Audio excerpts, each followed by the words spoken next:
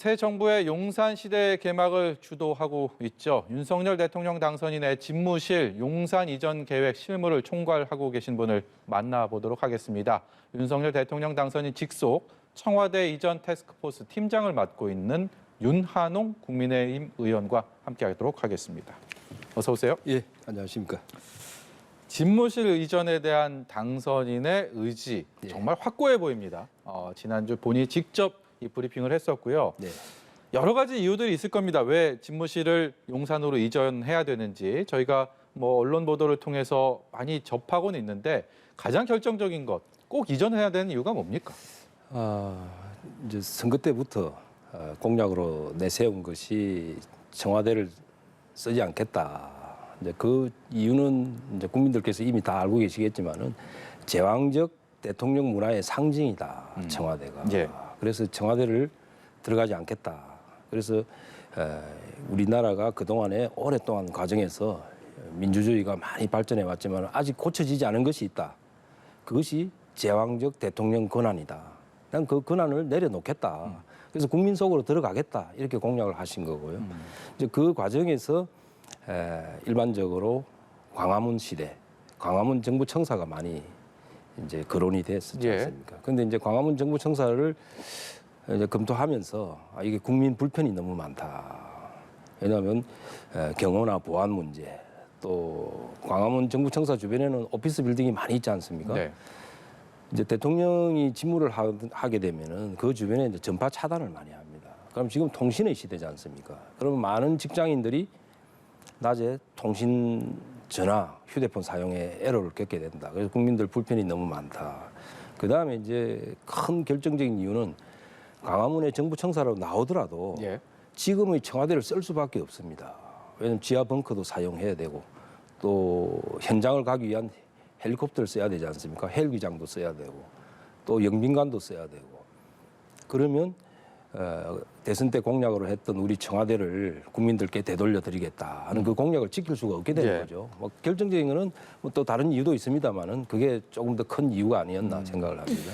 앞서 여러 대통령들이 비단 지금 문재인 대통령뿐만이 아니라 뭐 김영삼 대통령도 그렇고 일단 청와대 좀 들어가서 돌려주겠다. 국민에게 청와대를 돌려주겠다. 이런 약속들을 했지만 지키지 못했습니다. 당선인이 이런 의지를 강하게 청와대에 가지 않겠다라는 것이 앞선 그런 실패 사례들에 대한 것들이 배경이 됐을까요? 그렇죠. 왜냐하면 사실은 뭐 공간이 의식을 지배한다 이런 말도 있습니다만은 앞에 전직 대통령님들 여러분이 공약을 했고 또 선거 과정에서는 이제 국민들로부터 그 공약을 통해서 많은 박수를 받았지 않습니까? 근데 우리도 이제 마찬가지로 우리 윤석열 당선자께서도 그런 공약을 했고 문재인 대통령은 2012년에도 공약을 했고 2017년에도 공약을 했습니다. 그런데 이제 이게 청와대를 들어가게 되면 그 자체가 이미 권력의 틀 속으로 들어간다. 들어간 순간부터는 권력에 취해서 나오지를 못한다. 이제 그런 인식들을 하게 된 것이고 그것이 단순한 인식이기 이전에 이미 과거 사례가 그리 되지 않습니까? 그러다 보니까 그 제왕적 권력 그거로 인해 가지고 대통령이 항상 불행해졌지 않습니까? 그렇지 않은 대통령이 없었던 거거든요. 대통령 퇴임 후가 불행하고 또 권력 주변에 있는 사람들 또 청와대 권력을 가진 권력자들이 다 부정부패에 연루가 된 사례가 있습니다. 그래서 지금은 우리나라가 경제 발전도 이루고 민주주의도 많이 이루었지만은 오직 마지막 남은 민주주의의 한 정점이 제왕적 대통령제, 대통령의 권한을 내려놓는 것이다. 그렇게 생각을 한 것이죠. 그래서 취임 전에 들어가야만 이게 실현할 수 있다. 들어가고 나면 다른 현안, 민생이라든지 경제라든지 안보 또 외교 이런 현안에 묻혀가지고 이사할 시간이 없는 거예요. 그러다 보니까 사실은 인수위라는 과정 자체가 본격적인 일을 하기 위한 준비 과정이지 않습니까? 그러니까 이사라든지 조직 개편이라든지 인사라든지 이게 다 인수위 과정에서 이루어지는 거거든요. 그래서 5월 10일부터 사실은 본격적으로 일을 하기 위해서 그 준비 과정은 5월 10일 전에 마치자.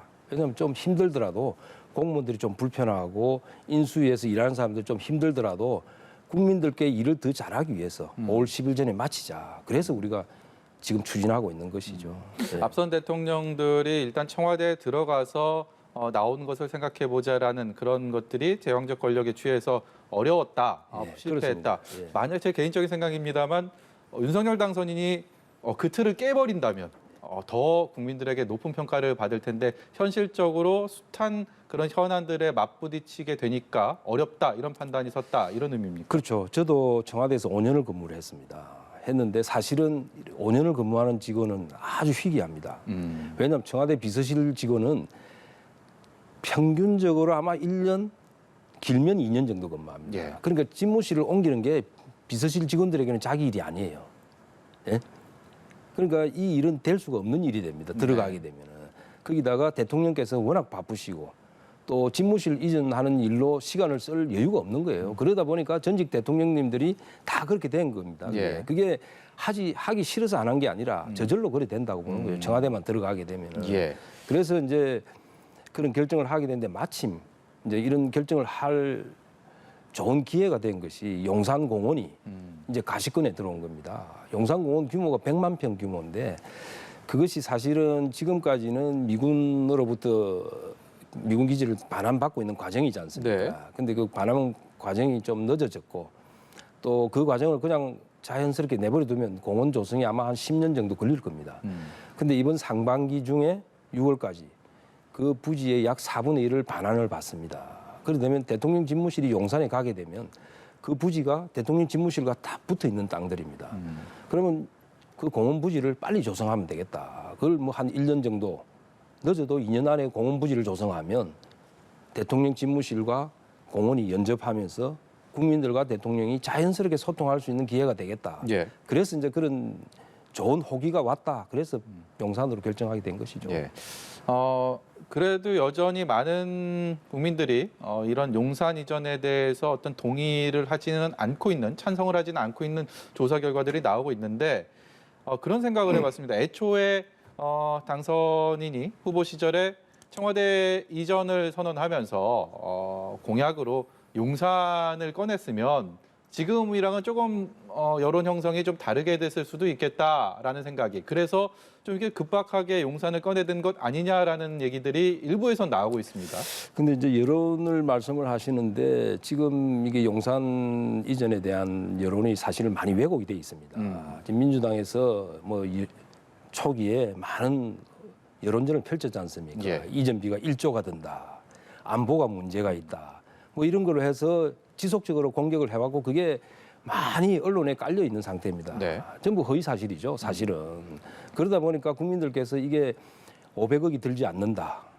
또 안보에 문제가 없다. 이런 부분에 대해서 아직 홍보가 좀 부족한 상태입니다. 그래서 국민들께서 정확하게 모르는 상태고 더 결정적으로 국민들께 아직 홍보가 덜 된 부분은 기존 청와대 개방 문제입니다.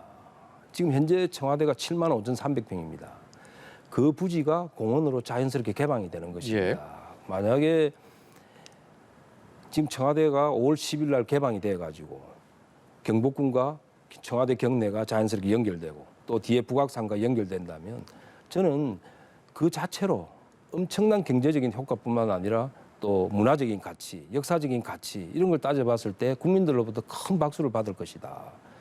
엄청나게 많은 국민들이 청와대를 방문하게 될 것이다. 예. 그 효과가 지금 전혀 반영이 안 된 거예요. 순수하게 땅값만 따져도 몇 조가 될 겁니다. 아마 그게 7만 5천 평이. 거기다가 그 관광 효과라든지 국민들에게 주는 그 행복감이라든지 이런 걸 따지면 이전비가 500억이 아니라 그건 비교가 안 되는 것이죠. 그런 이야기를 하지 않고 500억으로 이전하는 거를 1조가 든다, 5천억이 든다 이렇게 국민들께 호도를 해놓고 청와대가 개방됐을 때 거기서 오는 국민들께 드리는 그 공원 조성의 기대, 예. 문화적 가치, 경제적 가치, 역사적 의미, 국민들에게 주는 행복감, 얼마나 청와대를 가고 싶겠습니까? 제가 예를 들면 2005년에 우리가 청계천이 10월 달에 오픈했습니다. 그 전에만 해도 청계천에 얼마나 반대를 했습니까? 네. 70%, 80% 반대를 했어요. 왜? 서울시는 그때 우리 당이었습니다. 그때 정부가 민주당이었죠. 그렇게 반대를 했지만은 청계천을 오픈하고 나서 어떻게 됐습니까? 10월 달 오픈하고 3개월 동안에 청계천을 방문한 관람객이 약 1,200만 명이 관람을 또 했어요. 랜드마크가 됐죠, 서울시에. 예, 거기다가 매년 그 다음에 2,800만 명, 매년 1,000만 명 이상이 관람을 합니다. 최근에 코로나 때문에 조금 줄었다고 해도 1,000만 명 수준이거든요. 근데 저는 이게 청와대가 개방이 되면 저는 그 정도의 많은 국민들이 찾을 거라고 봅니다. 거기서 주는 편익, 경제적 가치는 저는 돈으로 환산할 수 없을 정도의 큰 가치가 있다. 그런 걸 생각한다면 왜 청와대를 전직 대통령들이 빨리 국민들한테 못 돌려줬냐. 그건 실천의 문제였거든요. 그게 청와대로 들어간 이후에는 권력에 매몰되고 권력에 취해서 나올 수 없는 상황이 됐다 하는 게 앞에 증명을 했지 않습니까? 또 그러고 나서 대통령이 말기가 되면 퇴임하고 나면 부정부패가 연루가 돼서 다들 불행해졌지 않습니까? 그거를 차단하고 이제 민주주의를 완성하고자 하는 겁니다. 대한민국 민주주의는 대통령, 제왕적 대통령 권한만 줄이면 이제 마무리가 된다. 저는 그렇게 생각하고 우리 당선인께서도 확고한 의지를 갖고 있기 때문에 5월 10일 날 청와대 안 들어가시겠다. 그렇게 확실하게 다짐을 하고 있는 상태죠, 지금. 네, 청와대 개방이 불러올 효과에 대해서는 조금 더 국민들에게 더 소개하실 필요가 있을 것 같습니다. 그렇죠. 그래서 이제부터 들어볼까요? 하겠습니다. 예, 그렇게 할 거고요. 또 청와대 개방과 관련해서 국민들 의견을 받기 위해서 홈페이지를 개방해서 그렇게 할 생각입니다. 예. 이전 비용은 지금의 상황에서는 문제가 없습니까? 있습니까? 저희들이 이제 추산했다는 이야기는 이제 국방부가 이전을 해야 되지 않습니까? 옆에 합창 건물로 이사를 갑니다. 합창 건물은 반 이상 비어 있거든요. 그리로 이사를 가고 예. 그러다면 이제 청와대 비서실이 국방부 건물로 또 경호처가 국방부 건물로 이사를 갑니다. 그 이사 비용이거든요. 그거를 다 합치면 500억이 안 들어갑니다. 471억이고요. 그다음에 이제 대통령께서 국방부에 근무를 하실 때 좀 거주해야 될 게 한남동 공간에 리모델링 해야 될 비용이 한 25억 정도. 그래서 496억입니다. 네. 그 이상도 이하도 아니에요. 또 그 비용도 저는 입찰을 해서 업체를 선정해서 하다 보면 그 비용이 다 나가지 않습니다. 그 이상 들질 않아요. 근데 그거를 더 많이 든다고 자꾸 이야기를 하니까 그러면 끝나고 나서 평가하시라. 왜냐하면 예산이라는 거는 집행한 사람이 책임지는 겁니다. 예? 집행한 사람이 책임지는 거예요. 예. 그럼 나중에 다 평가해 보시면 알 건데 왜 자꾸만 다른 말씀하시는지 그렇게 하실 필요가 없다 말씀을 드립니다. 저도 청와대 출입 기자를 했습니다만 지금의 청와대에서는 대통령 집무실과 기자들이 있는 춘추관이 워낙 멀기 때문에 네. 대통령이 오가는 그런 동선들을 알 수도 없고 직접 춘추관에 방문하지 않는 이상 이렇게 소통을 할 수 있는 기회들이 사실 없었습니다. 그런데 지금 당선인의 계획은 집무실 1층에다가 기자실을 만든다는 거 아닙니까? 맞습니다. 그러면 출퇴근 동선들이 다 노출이 될 거고 기자들이 정말 1층에서 진을 치고 있을 텐데 괜찮겠습니까? 그래 하시려고 해요. 왜냐하면 1층을 전체를 프레스 공간으로 만들어서 기자실 브리핑룸 해서 출퇴근하시면서 자연스럽게 만나서 백브리핑도 하고 그렇게 하시려고 생각하고 지금도 통이동 당선자 근무실이 있지 않습니까? 예. 앞에 마당에 텐트를 프레스 카페를 만들었지 않습니까? 기자분들하고 들어가고 나가고 하면서 기자들과 자연스럽게 만나서 대화하고 차 마시고 하시겠다. 그게 국민과 소통 아니냐 하는 그 생각은 확고하신 거죠. 지금 여러 상황들을 고려해 봤을 때 5월 10일부터 당장 용산에서 근무하기는 점점 더 어려운 상황으로 흘러가고 있습니다. 그렇기 때문에 용산 제대로 갖춰지기 전까지는 통이동 집무실에서 집무를 시작하겠다라는 게 당선인의 입장인데 국민들은 좀 걱정이 큽니다. 그래서 이제 저희들은 실무적인 이전 준비는 지금 다 하고 있습니다. 하고 있고 뭐 한 며칠 이내로 현 정부가 다음 정부가 출범할 수 있도록 예. 예비비를 협조를 해준다면은 5월 10일부터라도 가능하다고 생각하고 만약에 계속 늦어져서 어렵다면 당분간 통이동에서 조금 근무해야 되는 그런 불가피한 상황도 있을 거다 생각을 합니다. 예. 마지막으로 어렵게 모셨으니까요. 이것도 워낙 관심사를 한 가지 여쭤보도록 하겠습니다. 문재인 대통령과 윤석열 당선인의 이 회동 문제 점점 더 어려워지는 상황으로 전개가 되고 있는데 이렇게 하염없이 미뤄지다 보니까 국민들 우려가 굉장히 깊어지고 있습니다. 대통령이랑 당선인의 뭐 직접적인 메시지까지 오가는 상황인데 어떻게 풀어야 되고 어떻게 전망하십니까? 그러니까 조금 사실은 인수위가 구성되기 전에 현 정부가 하고 싶은 일을 다 하는 게 맞거든요.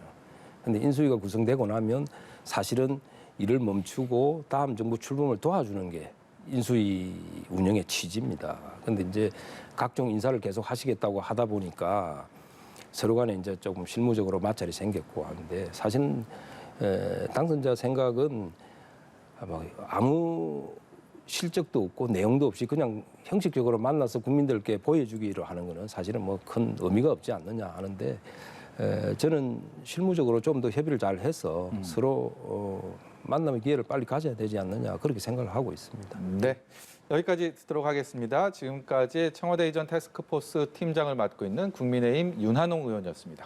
고맙습니다. 예, 감사합니다.